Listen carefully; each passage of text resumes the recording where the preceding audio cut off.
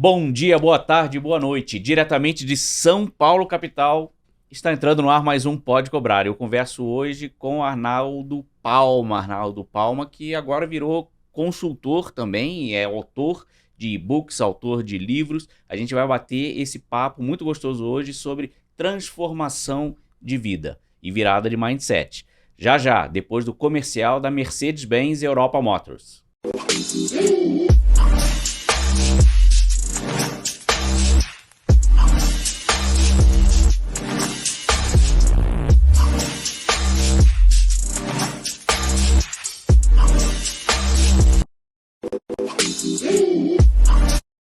Estamos de volta com Arnaldo Palma. E aí, Arnaldo, tudo bem? E aí, Russo? Obrigado por você estar aqui conosco, se disponibilizou a contar essa tua história tão bonita e engrandecedora que transforma realmente o mindset de vários executivos e profissionais do mercado, né? Obrigado você pelo convite. É um privilégio, prazer estar aqui com você, tá? Imagina, obrigado. Eu sou do mundo do crédito da cobrança, né? Comecei minha carreira lá em 2003 no Bradesco. 2003 no Bradesco. 2003. Fiquei 8 anos, fazia gestão de escritório de cobrança. Naquela época até dá um pouquinho de vergonha, mas era ficha física. Eu sei, como a gente já falou isso várias vezes aqui. E daí a gente implantou o STM400, que era um software da Embratel para transmitir os arquivos para os escritórios de cobrança. Você tem formação em quê? Eu sou administrador de empresa. Administrador de empresa. E tenho MBA em estratégia de negócio pela FGV e fiz vários cursos aí de estatística e agora de ChatGPT, né, galera? Todo mundo tem que aprender esse troço. Com certeza. Mas você tinha essa familiaridade com software. Você estava contando que você tinha implantado um software da Embratel, Sim, né? Isso. Apesar de eu ter feito administração de empresas, eu sempre, com raciocínio muito lógico, eu sempre fiquei nas áreas de planejamento. Tá. Então eu fiquei lá no Bradesco, tive essa experiência e tive contato com os escritórios de cobrança. Quando eu saí do Bradesco, em 2000, então eu falei 2003, tá errado, na verdade. Era anterior 1993. A gente aqui tem essa tendência de disfarçar a idade, né? Mas fica à vontade, o pessoal tá Barbinha acostumado. branca não engana. Então não, é 1993, Bradesco até 2000. Em 2000 eu fui pro escritório de cobrança, lá ser prestador de serviço. Aí você virou. Você foi pro outro lado do garfo. E foi muito legal essa experiência de deixar de ser contratante para ser contratado. Diga-se de passagem, um pouco mais desafiador, né? Quem sabe? Então tem que ter sangue de barata, né? Chama resiliência. Depois a gente vai falar mais sobre o sistema de resiliência. Vamos falar, resiliência é importante. Mas você tem sangue quente? Eu tenho. Ou tenho tinha, sangue. né? Não, Pelo menos. Tenho. No MBTI, aliás, não no MBTI, no DISC, você já ouviu falar dessa metodologia? Sim. A gente usou em diversas empresas para contratar gente e hoje eu sou especialista nessa ferramenta também. Jura? Você é especialista no DISC? Sou. E DISC é muito utilizado hoje. E eu Mapeamento de perfil, né? Para quem não... Mapeamento de perfil Conta comportamental. Um DISC, aproveitar para quem não conhece. Legal. O DISC é uma metodologia para você saber os comportamentos das pessoas, os comportamentos principais. Tem o dominante, influente, estável e conforme. Obviamente que você tem aí basicamente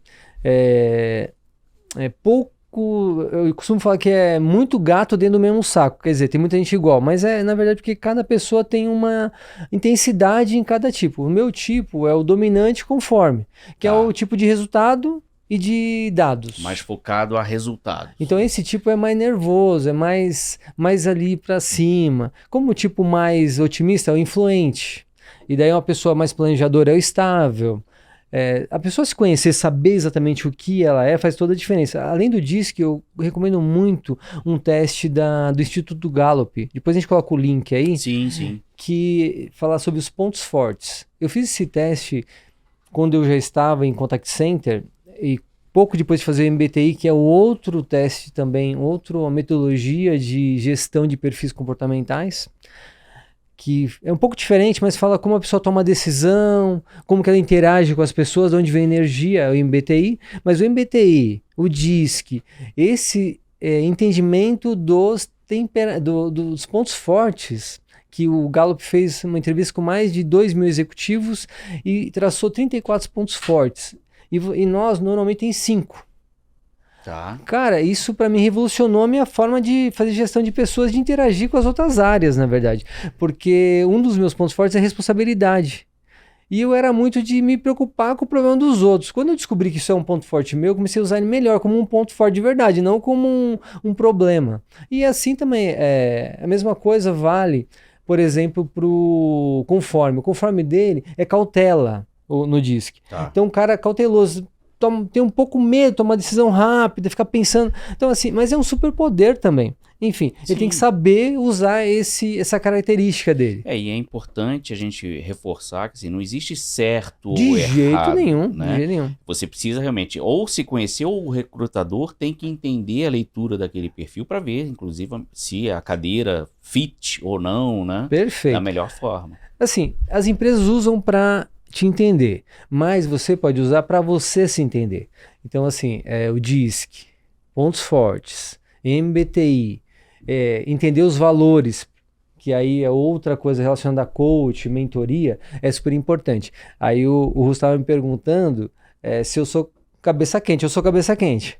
Então, assim, ser contratado é mais difícil, né? Mas então eu tive essa experiência com... Mas você passou bem, mesmo com o temperamento mais forte. Passei bem, passei poucas e boas, na verdade. Então a gente tava lá, mas batendo meta, né, que é importante. Sim. Assim, eu costumo falar para as pessoas que o nosso currículo é os resultados que a gente faz. Então, assim, sempre buscando fazer resultado, então brigando os rankings com as empresas, com os concorrentes, né? Então eu fiquei na Audac.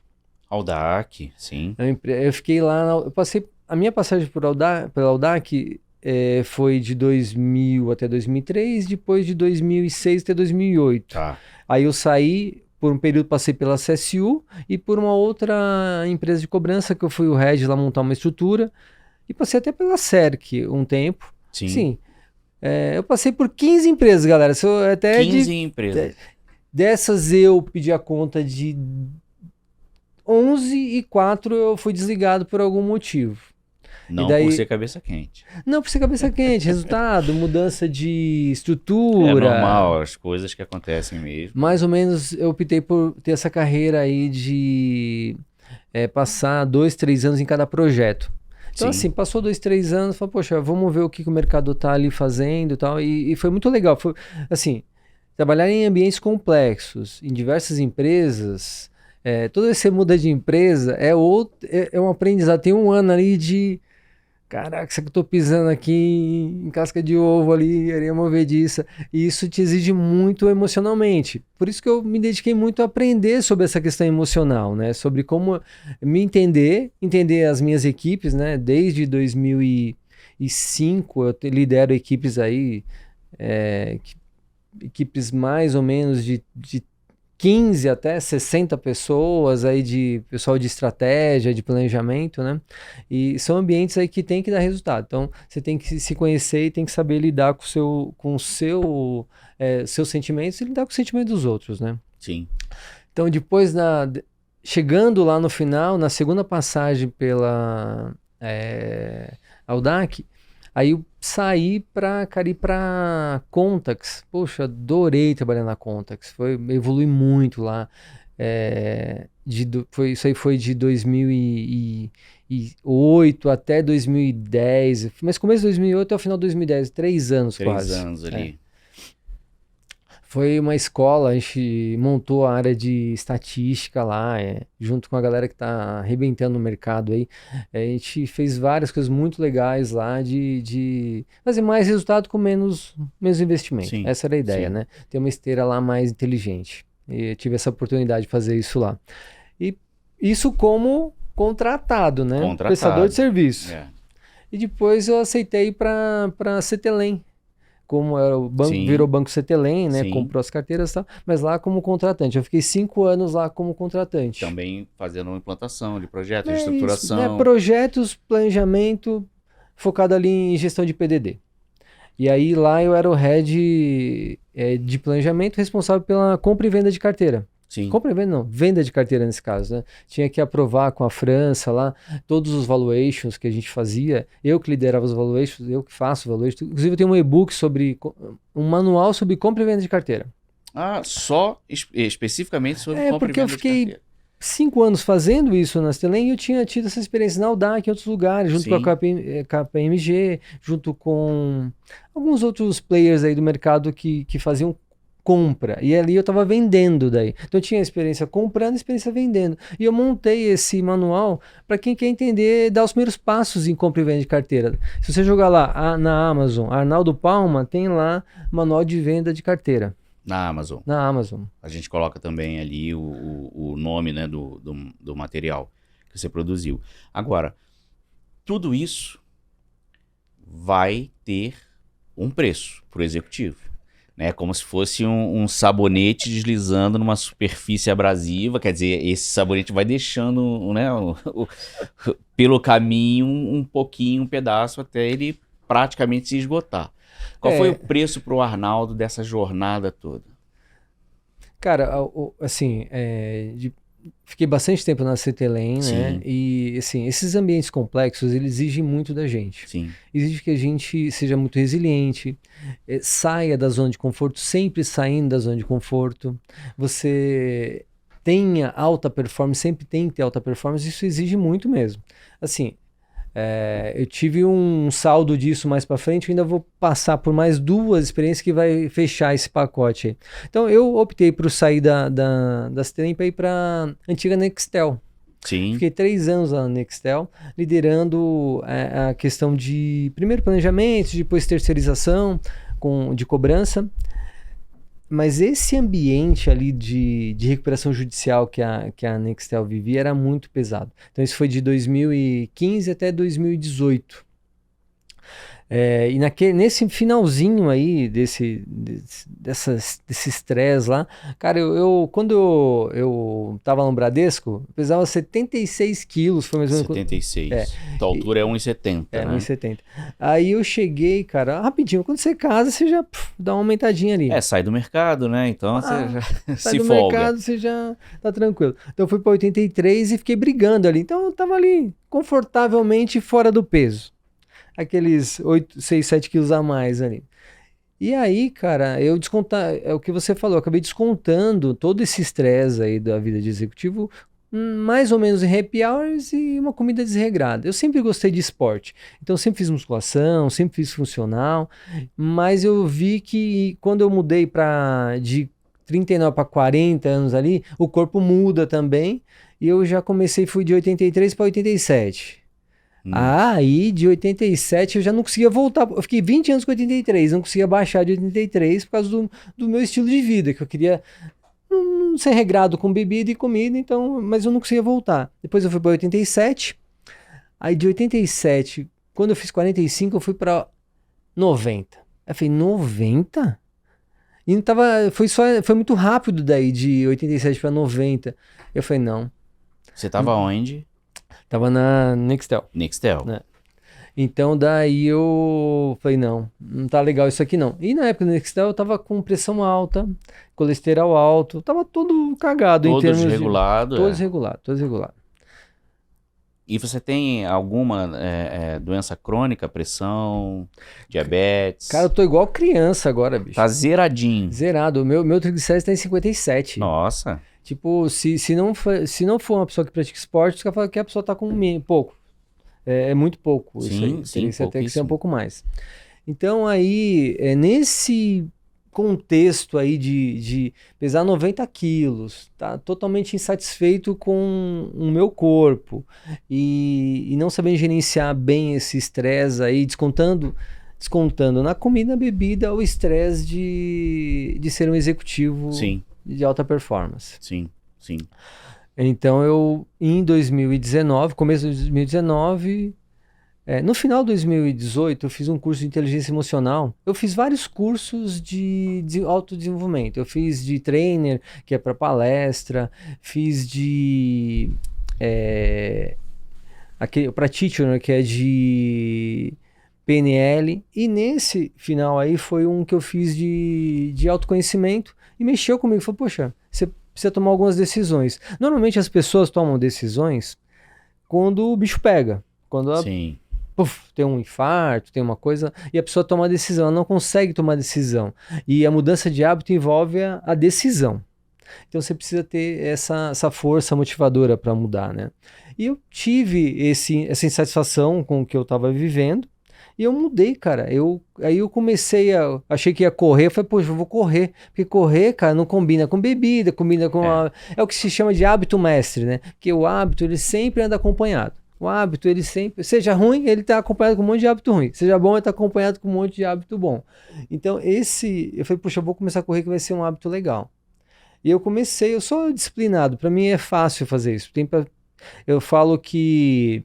Mesmo que seja difícil para você, existe o poder das pequenas coisas. Começa com coisas pequenas que vai dar certo também. Mas eu fui lá e mudei essa chave em fevereiro de 2019.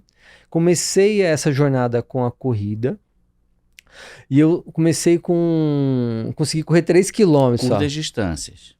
Eu não conseguia correr mais, eu não achava, eu não sabia. Mas também, pelo que você contou, foi algo meio despretensioso. Você falou assim, puta, eu vou fazer corrida, mas sim, você também não... Sim. Mas eu achava que ia fazer um 10, né?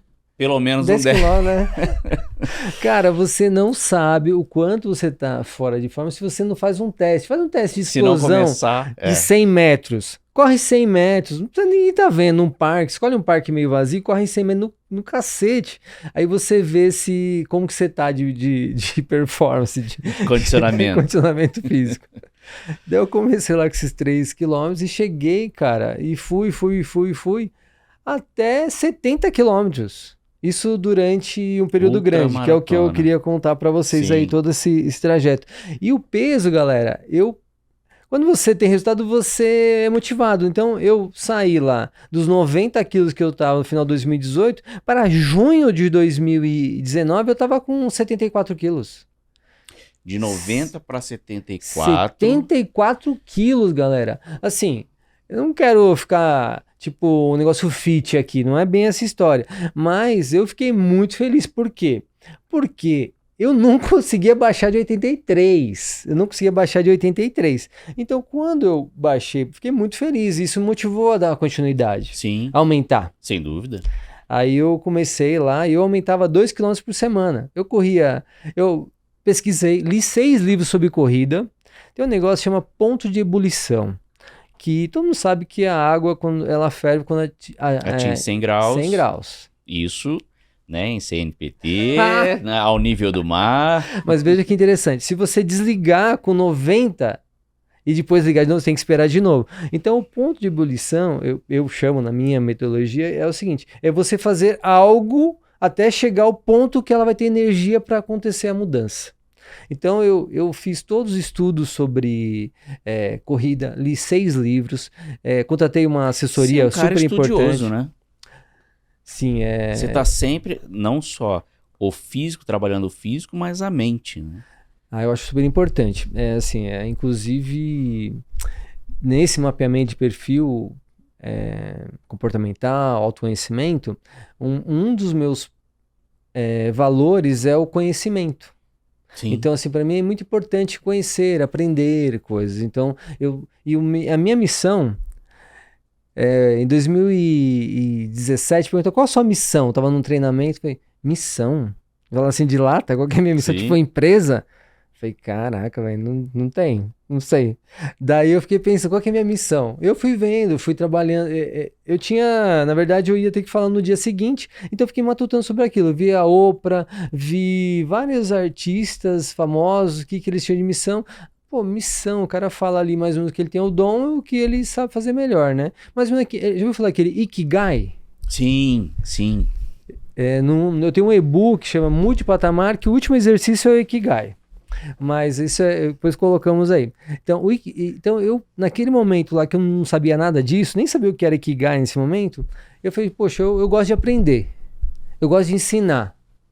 Cara, eu sou responsável. Então, assim, nada mais do que adquirir e passar conhecimento para que as pessoas vivam com mais equilíbrio, responsabilidade e mais resultado. E você notou que começou a contaminar as pessoas ao redor? Com certeza. Cara, nós somos a média das pessoas que a gente mais convive. Se você quer mudar qualquer coisa, você muda o meio que você tá ou o meio te muda, não tem Nossa, mas jeito. que pensamento legal. Nós somos a média das pessoas com que você convive. Cara, você vê, nós dois temos barba aí, bem Sim. feitinha, arrumada. Mas Assim, eu tenho cabelo, né? sim, mas se você tiver um grupo de amigos, o pessoal começa a todo mundo deixar barba. É verdade. É verdade. É o chamado rapport. Sim, sim. Esse conceito de comunicação ele é muito comum. Porque se você vai para o interior de São Paulo, você começa a falar porta, leite. É verdade. Isso é um rapport intuitivo que você faz. Você vai pegando a sonoridade do sotaque local. Então né? a gente pega tudo, a gente é uma esponja. Sim. Então a gente é a média das pessoas que a gente mais convive. Muito e legal. eles são nossos também, né? Então, Sim, sem dúvida. E você foi contaminando, né? Sim, hoje a minha filha, ela é influencer de corrida. Ela tá com quantos anos? Ela tá com 24 25 anos agora. E influência março. de corrida. É. Ela, também vamos deixar ali os contatos dela, né? A Pietra Palma, ela... Todas as marcas de tênis mandam tênis pra ela. Nossa, pra que ela, legal. Pra ela usar. Que legal. Tênis de R$2.000. Sim. 1.000, 2.000, enfim, tem vários. E eu achei muito legal, porque ela começou influenciada por mim, né? Sem dúvida. Ela escolheu a corrida, ela terminou a faculdade de jornalismo na Casper em 2021. Aí, em 2022 ela tava ali meio na ressaca ali de faculdade. E em 2023 ela explodiu aí no esporte. Gostou da corrida, tomou gosto e foi. Então, eu tava falando dessa questão de mudar de peso. Então, eu mudei, cara, fui pra 74, falei, não, eu vou baixar mais agora. Eu vou... Mas não precisa, é mais ou menos aquilo que tava bom e tal. Mas como que eu consegui isso, cara? Como que eu consegui? Se eu fiquei 20 anos com 83, tipo, o que piorou, tudo bem, ela piorou pra 87, 90. Assim, eu usei algumas técnicas poderosas de mudança e configuração mental. Assim, você não consegue fazer uma mudança dessa. Primeira coisa, tá no livro isso, mas a primeira coisa que acontece é que a pessoa, até ouvi hoje uma pessoa, eu quero perder 10 quilos. E quando ela fala que quer perder, é uma meta perder 10 quilos. E perder 10 quilos... Pô, a pessoa, um déficit calórico, ela consegue. Sim. Só que a mente dela é perder aquilo. Ela bateu a meta. Aí depois ela pode voltar a engordar de novo. Ela tem que falar, não, eu quero pesar, se ela pesa 84, pesar 74. Então a mente dela tem que direcionar para o que ela quer ser, o que ela quer ter, não o que ela quer perder. Assim, não... Sim. Isso muda tudo. O que eu quero ser. Isso vale para tudo na vida, para qualquer coisa, mas ter essa clareza de onde você quer chegar.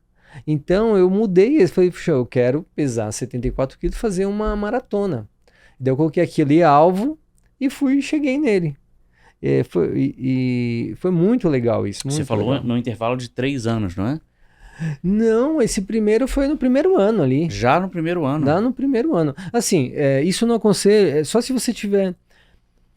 se você começa a fazer uma atividade agora, legal seria 2 anos mesmo. Tá. Porque os músculos vão ficar preparados mais rápido. Tipo assim, os músculos vão ficar preparados em 6 meses, mas os nervos, os ligamentos, flexibilidade demora mais. Porque... Se você vê uma criança correndo, você vai ver que ela sobe o pé no bumbum assim, e tem muita flexibilidade. E nós perdemos a flexibilidade, ficamos muito tempo sentado, não fazemos alongamento. Sim, Inclusive, eu faço alongamento todo dia. Todo dia. Acordo, prancha, alongamento abdominal, todo dia. Para poder esse framework, essa base aí tem que ser mantida. E daí, o ideal seria que a pessoa faça com mais licença. Como eu já tinha uma experiência muito forte com a musculação e também com funcional, o músculo estava mais preparado e eu consegui fazer isso rápido. Sim. Então, eu fui aumentando 2 km por semana. Cheguei em 21 km foi o mais difícil de todos. Quando eu cheguei, cara, eu achei que ia morrer, velho. Mas eu tava com essa meta de ir aumentando, então... É que o 21 eu aumentei de 15 para 21. Tô em 15, 15. Quem já fez 15 fez 21. Já aqui. Aí eu fui aumentando, né? E o 21 foi o mais difícil. Depois eu comecei a aumentar menos. E daí, nesse primeiro ano, 2019, eu cheguei em 50... Agora não lembro se é 52 ou 53. Tá. eu cheguei nesse alvo que é o que se chama de ultramaratona. A ultramaratona, a maratona é 42 km, 195 metros. Isso aí. Não, mas é bom falar porque o pessoal às vezes não conhece. É assim, as provas de corrida de rua que existem, 5, 10, 15 é a São Silvestre, mas normalmente é a de 5, 10 e 21, que é uma meia maratona. E a maratona que é 42. Maratona nasceu com aquela história lá do Philippides, que ele foi de Marathon até Atenas correndo para fazer lá inclusive o Drauzio Varela. Ele no livro dele Correr, ele fala essa história e ele desmistifica, ele conta, na verdade, esse cara correu, na verdade ele foi até Esparta, então ele correu ele correu 200 para ir 200 para voltar, então ele correu 400 km e ele morreu. Porque desidratou e tal.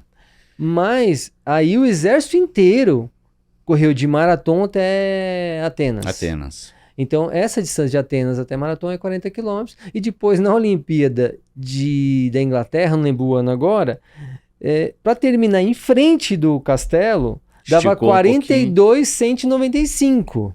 E daí, de lá, ficou marcado 42,195. Então, essa é a maratona. E ultramaratona pressupõe que seja mais que isso. Normalmente, no mínimo de 50, né? Sim. Agora, isso tudo tá contado nos teus e-books e no teu livro. Sim. Você comentou dele e a gente tem aqui falando sobre corrida de rua, ultramaratona, 9.000 quilômetros depois. Tá na segunda edição. Tá na segunda edição, porque a primeira edição é um e-book de 2021. Ele nasceu como um e-book? Sim, e daí eu falei, não, eu vou fazer o livro físico mesmo. Esse aí é para você, obrigado, tá? Obrigado. E aí eu tinha tido uma experiência que não era tão grande, depois eu fui aperfeiçoando e depois de 4 anos eu falei, eu vou fazer a segunda edição, colocando os erros e acertos, melhorando o que eu estava aprendendo, porque isso eu fiz em 2021, eu estava com 2 anos, agora eu já estou praticamente com 5 em fevereiro. Então agora no final do ano passado eu concluí esse livro. Eu estava... nas indas e vindas, a gente parou Quem é esse? Então, a gente parou na CETELEM, né? E depois eu fui aliás, a gente parou na MAFRE. MAFRE não. Na Nextel. Aí depois da Nextel eu fiquei 2 anos com a consultoria assessorando processos de compra de carteira. Sim. Então a gente até ajudou a Omni no projeto de compra da própria Nextel. Eu conheço a transação. Ah, joia! Sim, conheço. Então, e ajudei lá o escritório de cobrança que fazia cobrança, fazia estratégia e tal. Sim. Então tava nessa parte de consultoria aí para compra de carteira e também para fazer a gestão. E depois, em 2019, fui para a MAFRE, seguradora. Sou head de finanças lá, focado em contas a receber. Agora, eu estava vendo aqui no livro, ele é bastante completo. Você vai contando realmente, você vai construindo um pensamento até chegar na ultramaratona, né? Você passa por congruência, preparação do corpo, vida mais saudável, técnica, treinos, né? E você conta algumas histórias aqui dessa tua vida de maratonista, né? O que você lembra, assim, de cabeça que é mais relevante? Deixa eu botar o livro aqui, né, na câmera do Arnaldo, que fica mais fácil da gente pegar o foco. O livro tá... Onde eu compro o livro? O livro você compra direto no site da editora, da Pod Editora. Tá, da Pod. Provavelmente eu vou lançar o e-book dele daqui 1 mês ou 2. Tá também bom. Porque tem pessoas que não querem o livro físico. A versão dele, deixa eu só enquadrar um pouco mais aqui. Tá bom. Tá bom aí? Então, beleza. E, bom, o que é super relevante, né, nessa questão da ultramaratona, que é... Aqui um pouquinho mais... Agora tá bom, ó. Tá bom? Tá vendo? Uma voz do além. A questão que eu combinei com a vida profissional, que é o quanto você precisa ser resiliente para alcançar, para avançar. Tá. E assim, o que você tem de retorno. Então, e zona de conforto. Eu aprendi muito a sair da zona de conforto. E tem um pensamento que eu trago, que eu acho que é meu, mas pode ser que não seja meu. Esses dias eu tava num e-book que eu tenho, que é o Mude de Patamar, um amigo falou, mas isso aqui não é do 7 hábitos de pessoas altamente eficazes? Eu falei, cara, acho que isso aqui já é meu, os campeão. Faz 20 anos que eu uso isso. Quantos e-books você tem?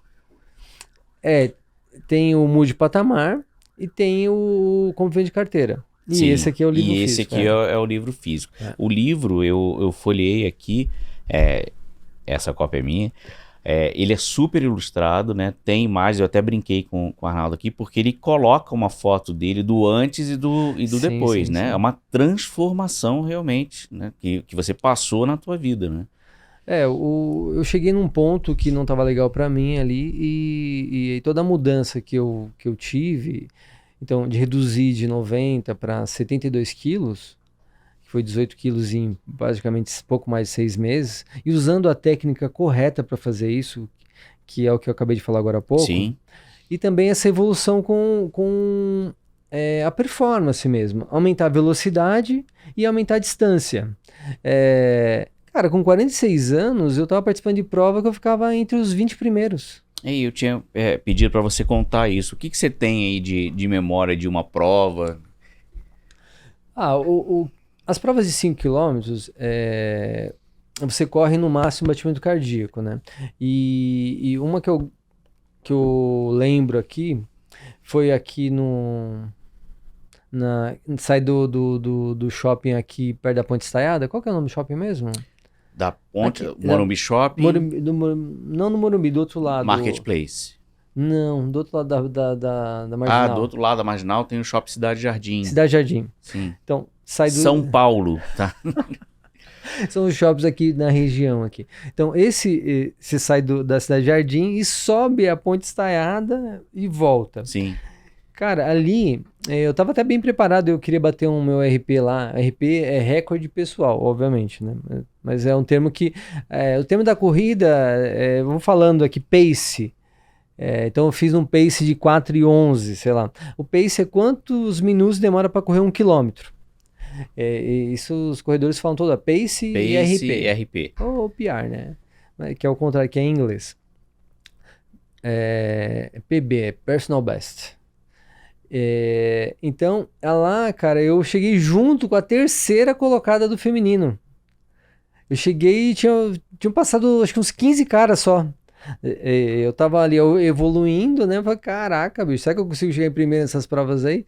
E eu tinha reduzido o peso pra minha satisfação pessoal e eu acabei melhorando muito a performance. Mas aí eu tenho todos esses livros que eu li, né? Sobre como correr melhor, equipamentos, né? Tem uns tênis aí, cara, que dá uns 10% de melhora. Os caras falam que é 5%, mas acho que dá mais, cara. Tá aí. Eu tenho um capítulo que fala só sobre tênis. Toda a minha experiência com cada tênis, quanto que eu paguei, quando eu comprei, quantos quilômetros rodou. Eu tenho um tênis da Nike que chama Alpha Fly. Esse é o melhor tênis que existe no mundo. A Nike vai pagar um jabá aqui também. Eu não sabia que podia falar. Não, pode falar, não tem problema algum. E daí esse tênis, cara, ele é um tênis que é o melhor e ele tá com 3.000 quilômetros. Tipo assim, os tênis duram uns 500 quilômetros, 600, 1.000 quilômetros. Eu tenho um que tá com 3.000 quilômetros. Tá certo que ele tá no pó da rabiola, assim, tipo, ele não vai aguentar mais muito. E eu tenho um segundo dele que tá com 1.200. Mas 3.000 quilômetros, tem pneu que não dura isso. Então, não, assim, e tênis é 800, 1.000. Então, assim, é um tênis caro, mas que realmente vale a pena. Sim. E ele dá performance. Então, tem um capítulo que fala só sobre tênis. E tem essa história que eu falei de melhorar a performance, chegar lá entre os primeiros. Então, um pace de 4, que é fazer 1 quilômetro em 4 minutos, no Brasil, aí mais ou menos, você chega sempre entre os 50 colocados em qualquer prova. De 2.000, tá? Esses dias, no final do ano passado, em novembro, eu fiz uma prova que foi na USP. É uma provinha chatinha que você fica dando volta, em termos de percurso, né? Mas é plana. Eu cheguei em 33º colocado. Tá? Tem no meu Instagram lá também, se quiserem acompanhar. Inclusive, no meu Instagram eu tô colocando a minha periodização da Maratona de São Paulo, que é em abril. Qual é o arroba? Arnaldo Palma. Arroba Arnaldo Palma, tudo junto. Boa. É isso aí. Lá eu coloco a minha periodização. Os treinos que eu vou fazer para fazer a Maratona de São Paulo. Só que Sim. eu quero fazer em 3 horas e meia a maratona. Então eu tenho que fazer algumas coisas para conseguir fazer isso. Hoje eu não consigo. Hoje eu consigo fazer em 4 horas. Então eu tenho que melhorar 30 minutos em 3 meses, que é em abril. Mas o mais interessante que eu julgo desse livro é a experiência com a ultramaratona. A ultramaratona, depois que você faz, cara, você fica meio viciado. Você bota uma fé? Eu acredito. Mas por que você acha que Ideologia fica de vida que você tem, você acaba ficando viciado. Né? Cara, é droga. É a tal da endorfina. É endorfina, né? A atividade Cara, física libera assim, endorfina. Quando eu fiz a minha primeira... Não, libera. Aí, assim, normalmente isso acontece mesmo. Então, eu tô lá, corro, tal, ando de bike. Aí, quando eu tô andando no cachorro, eu tô sentindo aquela endorfina. Quando eu tô ali... Se você não parar pra sentir, você não sente. Então, você tem que dar fazer aquele processo de meditação ali, de curtir. Mas na ultramaratona, você fica dopado de endorfina. Você fica extasiado, você fica amando todo mundo. Você termina a prova ali, mas...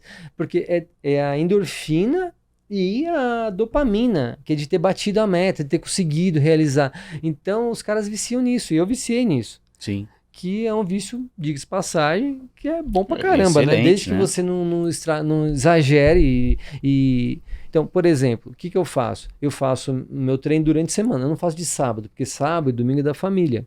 Então, assim, eu me organizei para conseguir fazer essas coisas. Então, sexta-feira é o tal do longão. Sim. Tem 3 treinos que você tem que fazer, que é um tiro, rodagem e longão. Longão são treinos que são de 20% a 30% acima da média. Eu conto tudo aí no livro como são os treinos que existem.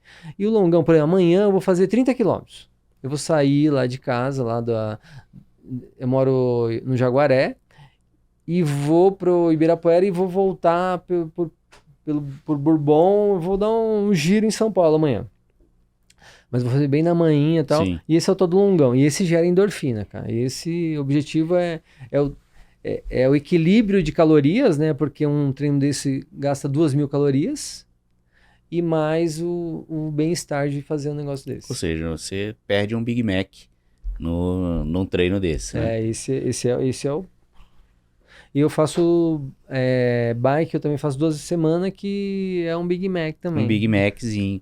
Agora, esse é o lado positivo, saudável do esporte, né? Porque eu sou do Rio de Janeiro, lá no Rio de Janeiro tem uma corrida chamada Baratona. Eu acredito que tem aqui em São Paulo também.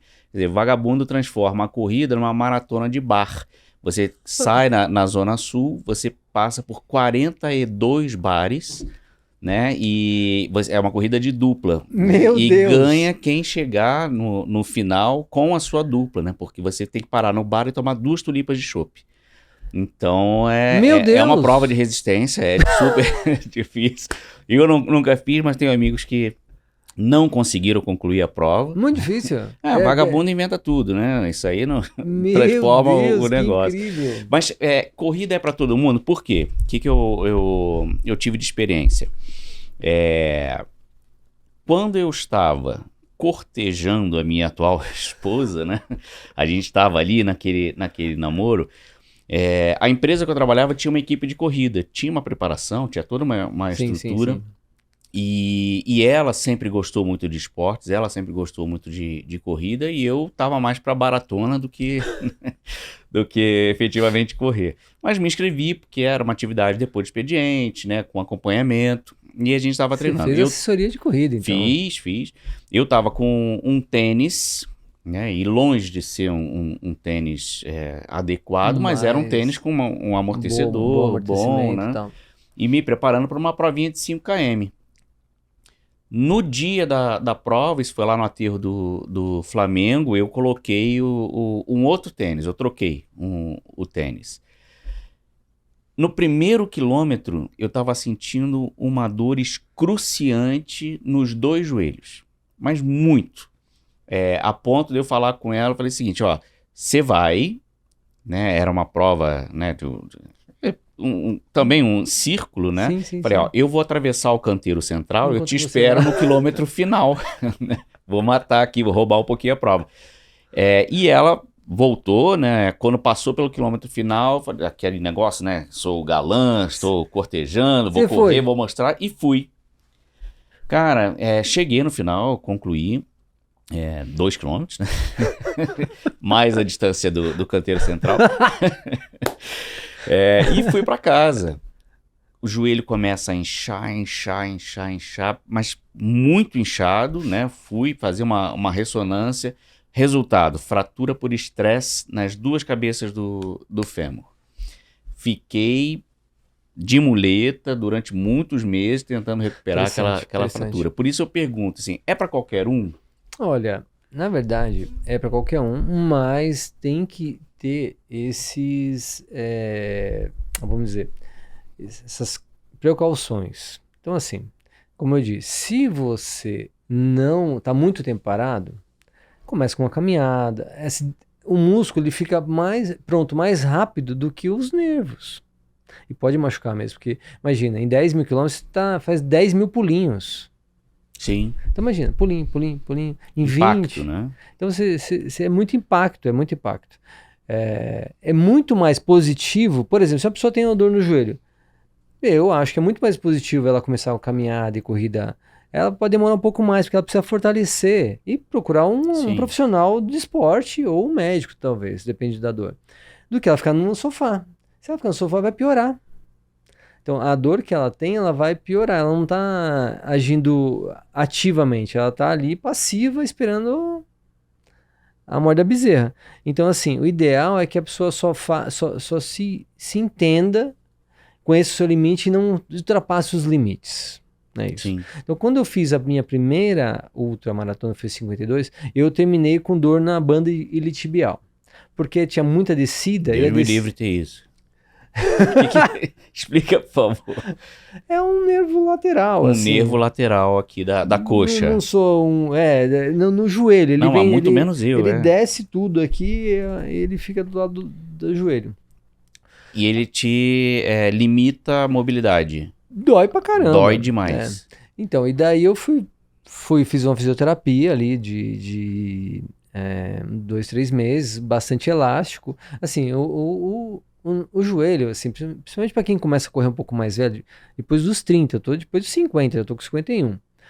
Eu faço elástico 3, 4 vezes por semana. São exercícios com resistência de elástico, que são de baixo impacto, que vão trabalhar musculaturas internas de resistência e nervos que você não trabalha em lugar nenhum.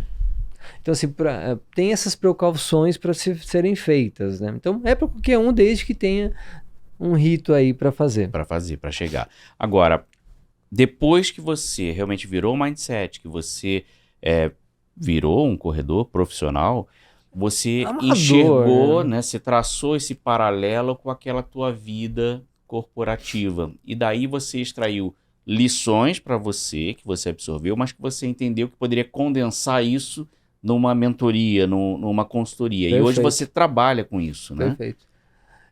Hoje eu tenho uma mentoria que é focado em esporte. Eu uso toda essa parte que a gente falou de autoconhecimento, mas ligado a lições do esporte. O esporte é um laboratório. Então imagina o seguinte, a zona de conforto, imagina um círculo, e você está no meio desse círculo. Então, quando você muda, sei lá, pensa de 2 centímetros, eu vou mudar 1 centímetro para dentro, então você não está mudando o círculo de lugar, você está mudando o diâmetro mesmo. Então, imagina que você mudou de lugar, então você abocanhou todo aquele círculo anterior e você vai expandindo.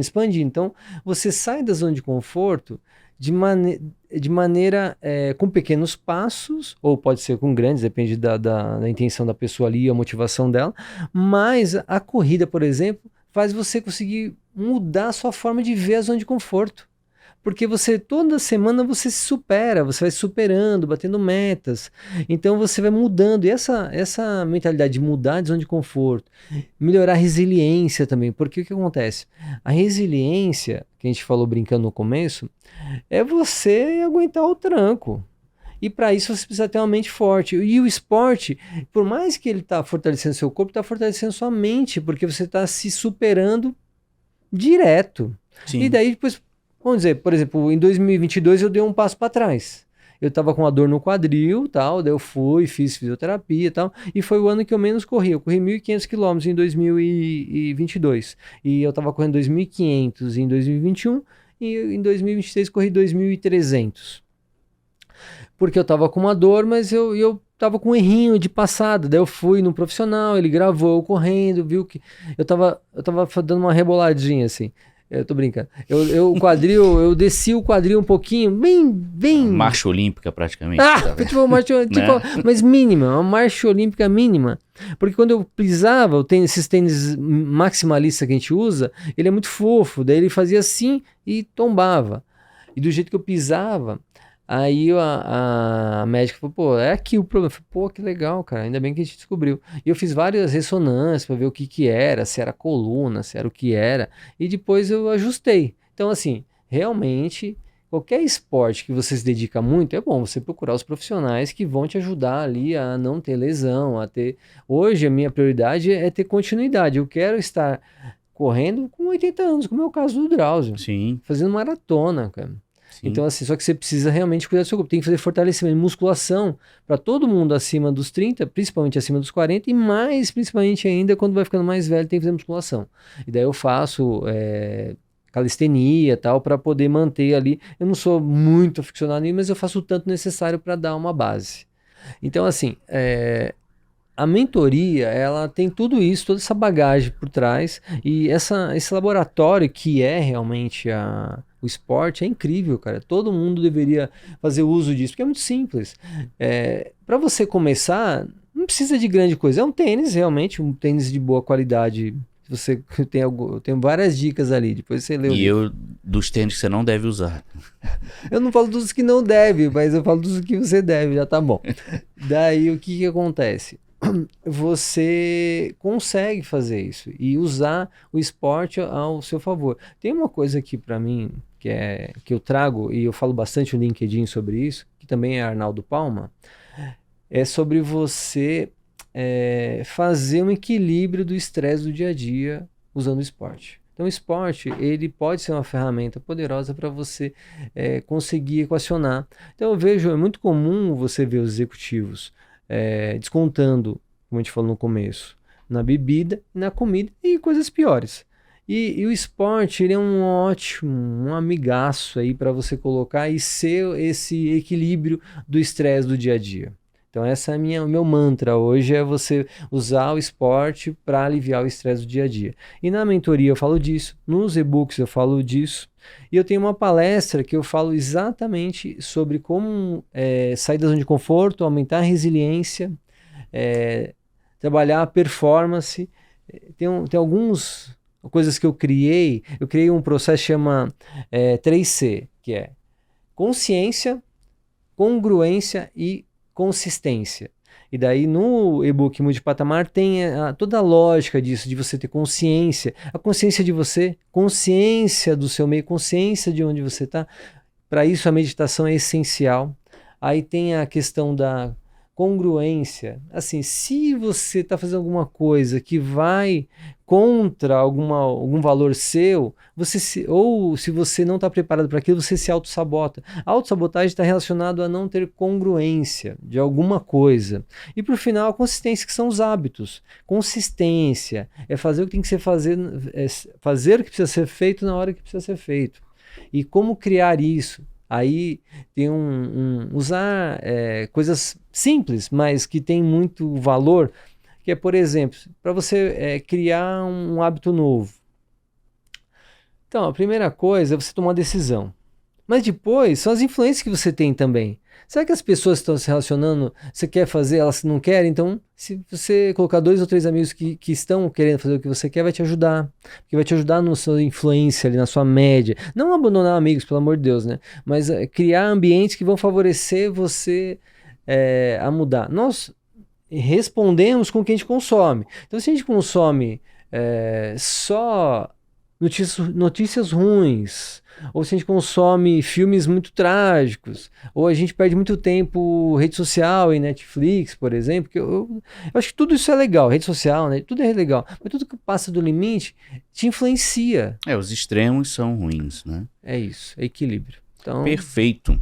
Chegou a hora da gente fazer aquela pausa, né, para faturar com o quadro Estamos de Olos. E nesse quadro eu pergunto para o meu convidado, Arnaldo, quais são as características que você hoje já consegue identificar nas pessoas que querem seguir, né, com essa virada de chave, esse mindset, que querem evoluir na corrida? O que é necessário? Está incomodado com a situação atual e tomar uma decisão. Assim, um novo hábito, ele começa com uma decisão. Não tem fórmula mágica, é decisão. Então, assim, te convido a refletir, ter mais consciência sobre como você está vivendo. Se você não tiver no piloto automático, você não consegue perceber. Então, a consciência é essencial e tomar uma decisão. Boa. Eleve a experiência do seu cliente com a tecnologia Omnichannel da Olos.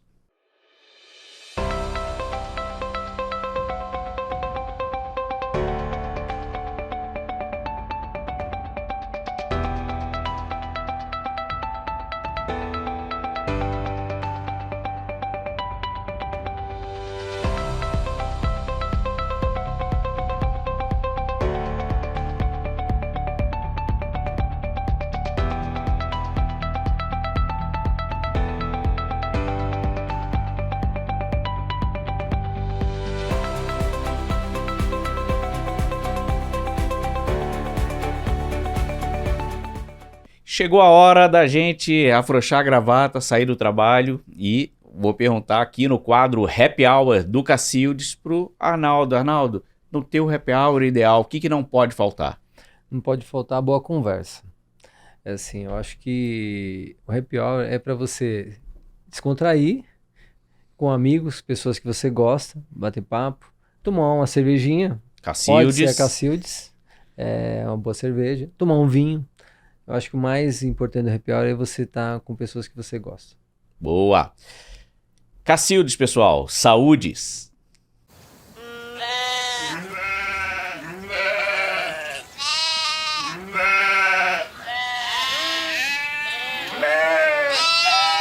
Opa, peraí. Pronto, pessoal. Tá aqui o Mé. Aleluia. Cacildes Puro Malte, a cerveja, a lenda, o verdadeiro Mé. Cacildes! Beba com sabedoria. Arnaldo, obrigado. A gente chegou no final do programa. Só tenho a agradecer aí a tua disponibilidade de vir aqui passar essa mensagem tão importante, a gente parar para refletir, né? Sobre as coisas que a gente pode melhorar, não só fisicamente, mas mentalmente. Com certeza. Obrigado mesmo pela tua presença. Não, obrigado a você por ter convidado e dar esse espaço, abrir esse espaço para a gente falar sobre esses assuntos tão importantes. Assim, eu entendo como missão mesmo, o que fez bem para mim passar para as outras pessoas. Sem dúvida. Conversei hoje com o Arnaldo Palma. Arnaldo, que é executivo do mercado financeiro, conhece bastante e domina, mas hoje ultramaratonista, mentor e consultor de estilo de vida, pode-se dizer. Sim.